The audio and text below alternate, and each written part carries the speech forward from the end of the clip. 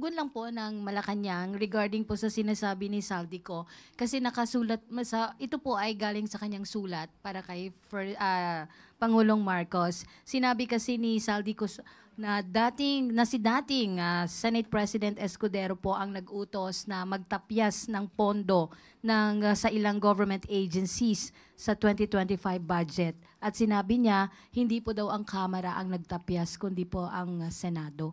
Ano po ang masasabi dito? May effort na rin po ba na investigahan po ito? Unang-una po, kung ang itinuturo niya po ay Senado, mas maganda po siguro na ang Senado mismo sumagot ito. Kung sino mang particular na tao ang kanyang binabanggit, mas maganda po na maitanong kung ito'y may katotohanan. Considering the fact that Saldico is still not here in the country. He's not ready to face the Filipino people here in the country. So parang mahirap din naman pong tugunan ito. Basta-basta. Hindi natin alam kung anong katotohanan dito. Pero kung sino man po yung nabanggit niya na concerned officer from the Senate, mas magandang siya po ang sumagot kung ito po may katotohanan.